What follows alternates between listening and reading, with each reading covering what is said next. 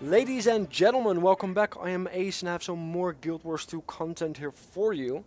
This time I'm going to show you the character customization for humans. And humans are of course well known for the fact that we are them, last time I checked.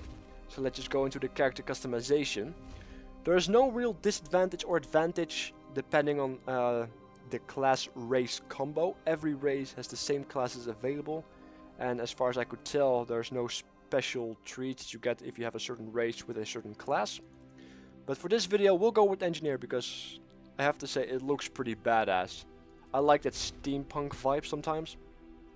But you can change the height of your character as well, including the physique of your character, but I have to say that for the females they stay skinny as hell, even too skinny sometimes. But you are wearing armor anyway, so it's not like you really can tell. A lot of faces available that you can pick from, including the fact that you can change, of course, your skin color, even to the extremes. And interesting faces are available as well, as you can see. But we'll go with this one, because I believe this one gives me a Miranda vibe from Mass Effect. What do you guys think? Let me know. Anyway, a lot of hairstyles available as well to humans. And it's usually the case that with females within any race, there are always a lot of hairstyles available, and no exceptions in this one as well. If you have accessories in your hair, like these earrings, or that come with your hairstyle, let me put it that way, you can change the color if you do so want that. If you do not, it does not matter, you can just change the hair color to the color that you like. I usually go with black. And if you want to change your eyes, depending on the placement, size, or just the colors, it's all available right here. As you can see, even the size of your iris can be changed. The eyebrow placement can be changed. The angle even. It's all there. And there are so many options that you can make your perfect character with. And I like it. I like it when there are too many options, basically.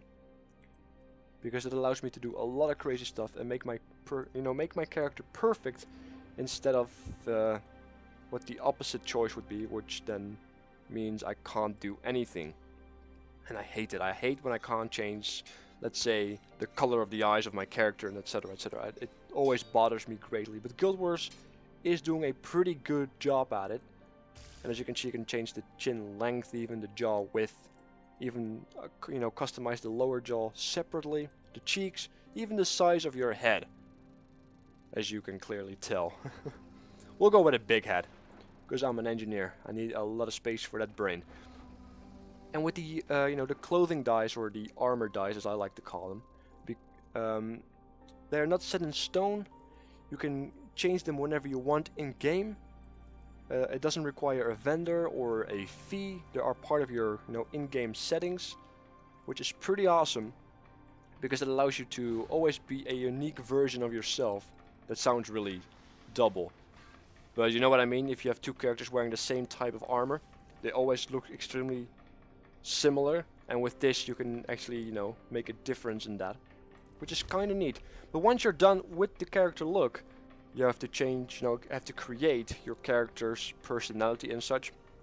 And if you are engineer, you actually get a little bit of a gimmick that you start off with, maybe a multi-pack tool, which also comes with a little description at the bottom. If you want to read it, make sure to pause the video. Go with the goggles, or of course with a monocle, which apparently is a little bit too red, but you can always change that. There's nothing set in stone about the colors.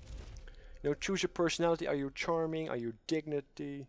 Or dignified, I should say. Actually, that's probably better English. Or are you ferocious? Yeah, with your ferocity. Ferocity, is that pronounced correctly? I have no clue.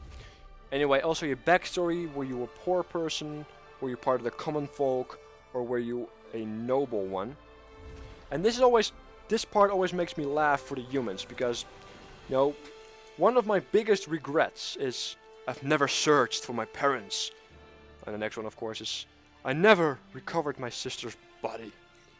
And then the next one is I never had the opportunity, or passed up on the opportunity to perform in the circus. Like, the context, or the contrast between sister's dead body, circus.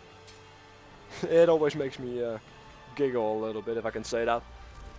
And once you have made a choice between those three, you can actually, you know, choose the goddess that has blessed you. And I usually go with Order, Spirit, and Truth, but there are different ones available, and I will go through them. And if you want to read them, make sure to pause the video. But I believe that the one that I usually go with, Cormyr, is in my opinion the best for the engineer within my moral code and playstyle and such. But once you have chosen your character in both looks and personality and such, you can get the little summary here, create your name, hopefully it's not taken, and you can go and play.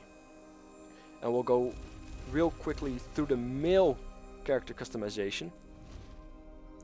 And we'll go with the Ranger this time. As you can see, you can change the size, you can change the physique. They're pretty much muscular all the way through. Ones have chest hair, the other ones do not. A lot of faces available. That looks creepy. A lot of faces available. As you can see, a lot of hairstyles available as well. Even dreadlocks. But I usually go with a very simple one. You can change the hair colors, or the hair color in this case. And as you can see, the facial hair also directly changes. There's no option to separately change your facial hair, which I suppose is a good thing. We'll go with black. And you can also choose your facial hair, of course. But we'll keep it simple. Once again, you can change the eye, the angle, the size, the height, the brow thickness for your eyebrow, the angle, the placement. There's so many options just for your face already, which is awesome. And you can change your nose to perfection, your mouth, as you can see right here. And of course, the chin and jaw can be modified as well. And as you can see, there's a lot less options available for your chin and jaw compared to the females. So I suppose being a male is simpler in that regard within this character customization. Armor dice, pretty much the same story. You can customize it just the way you want.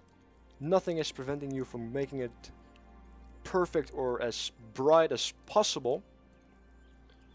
And nothing is set in stone. So if you get sick of something, you can always change it whenever you want, directly when you want it.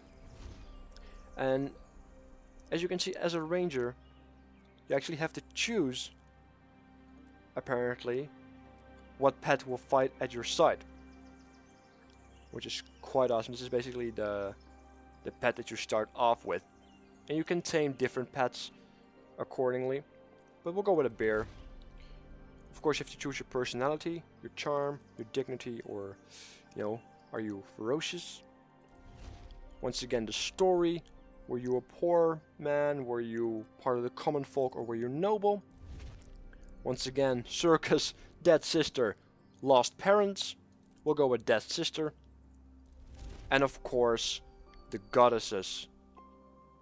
And once you have done that, you get the summary once again. You create your character name. And once you have done that, you pretty much are good to go. And this pretty much sums up the human character creation, guys. If you have any requests, let me know, and I'll see what I can do. Make sure to subscribe for future content, and I'll catch you guys later. See ya.